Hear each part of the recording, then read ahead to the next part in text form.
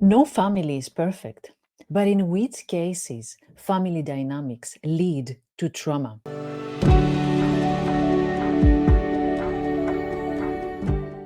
Hi, I'm Vassia, I'm a psychologist, and I am here today in this video so that I can share with you and delve into this topic of immense importance, trauma and its connection to family dynamics. Let's see, what are the 6 cases that connect trauma and family dynamics?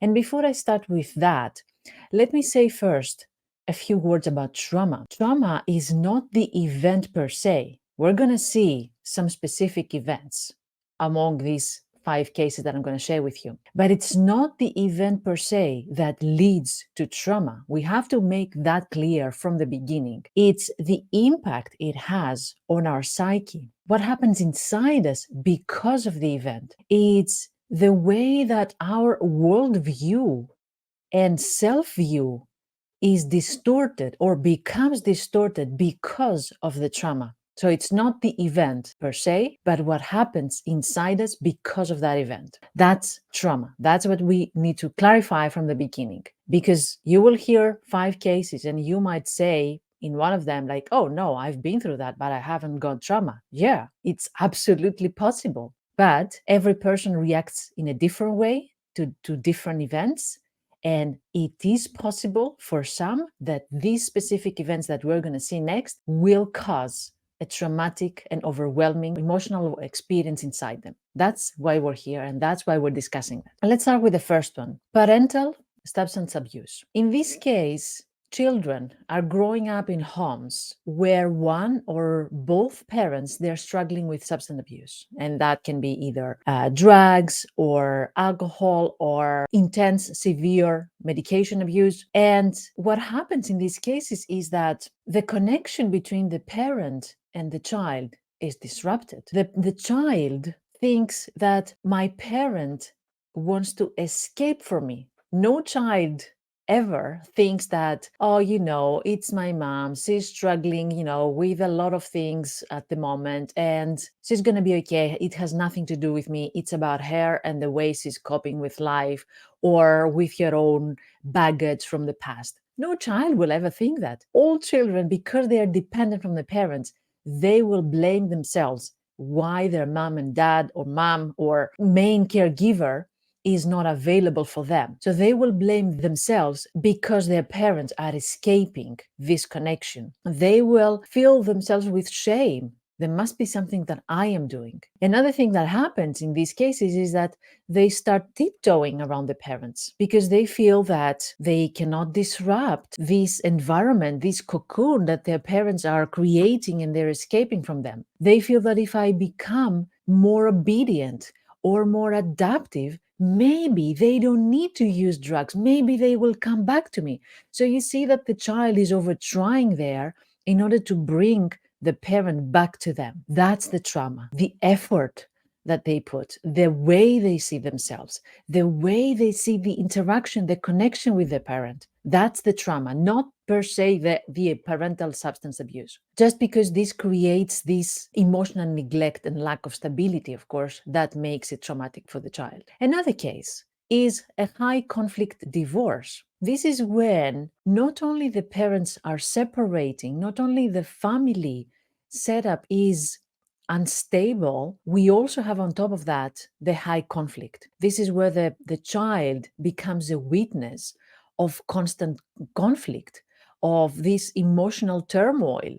And even though there are cases where the parents don't involve the children into this conflict, still witnessing that is traumatic for the child. And maybe the parents are thinking that, I need to step up, I need to show to my child what it means to be assertive or how to set boundaries. And they think that they're teaching a lesson when they are having these conflicts in the house, in front of the children. But actually, what they're teaching the children is that relationships are about power. The relationships are about humiliating and hurting each other. And also that respect ends when the relationship ends. So now that we are divorced, I don't need to respect the other person. And that's also something that troubles and confuses the child. What happened? Why these two people were behaving in a different way before and now. So, witnessing all this hostility between the two parents can cause deep seated trauma, relational trauma, that they will carry, of course, next into their adulthood relationships. Third case is domestic violence. I guess you understand, it's kind of obvious. Witnessing and experiencing domestic violence can leave lasting scars. I mean, you never forget what's the impact of that. What happens with domestic violence is not the witnessing or bearing the physical wounds of this violence. It's also the emotional wounds. It's the fear. It's the helplessness. It's the unpredictability, yeah? Because when we hear about domestic violence, we think that a parent is always violent. But there are many, many cases where in the family, there's both the presence of violence, but also happy and loving moments. And that per se can be traumatic for the child because they cannot enjoy the joyful and loving moments because they know that sooner or later the violent moments will come. This is where, again, the child is tiptoeing. They're always feeling scared. They sleep with one eye open. What if tomorrow that I wake up, my mom, my dad, they have completely changed moods, and it's not going to be happy as it is today, but it's going to be different. It's going to be hurtful and violent and aggressive and abusive. They cannot rest. This is when they're constantly into this fight or flight mode, survival mode, even though they are enjoying a moment of connection with them still. So that's when it becomes a more complex issue. Let me move to the next case. We think that trauma comes through loud, aggressively abusive moments, but it also comes through silent moments. It comes through neglect when the parents are absent in the house emotionally. They're not there. They're hiding behind a computer. They're hiding behind a book or a newspaper. They're hiding behind the TV news or behind the cooking in the kitchen or the cleaning. They're hiding behind something, but they're not there to support the children. They're not there to validate, to talk about their experiences, to talk about their growth, to have a good connecting moments. Discussions around the table are only about administration things, are about practical things, but we never talk about how we feel.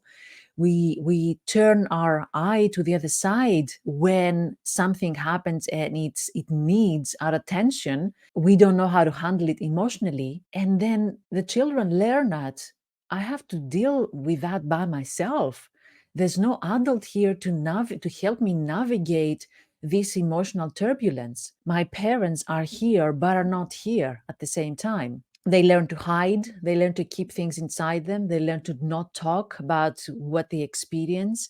And they also develop feelings of unworthiness. I'm not worthy. My feelings are not worthy of discussing here.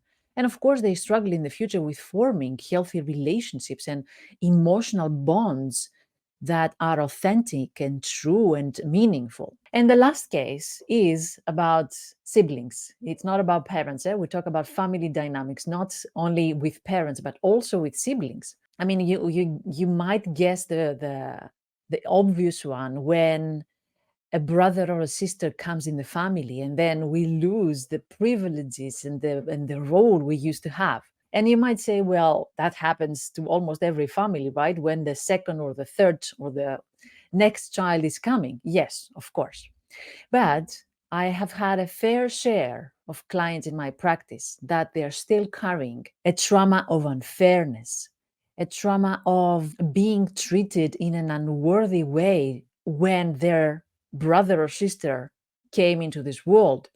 They were constantly compared with the brother or the sister. They were constantly made to feel that they are not as important, not as smart, not as funny, and they are carrying the not good enough because of these change in the family dynamics since the sibling came to the world. And especially when we're talking about families with narcissistic parents, that can lead of course, to these deep emotional wounds and the feelings of unworthiness that we said before. These were my 5 cases that I wanted to share with you. And as I said in the beginning, there are many more.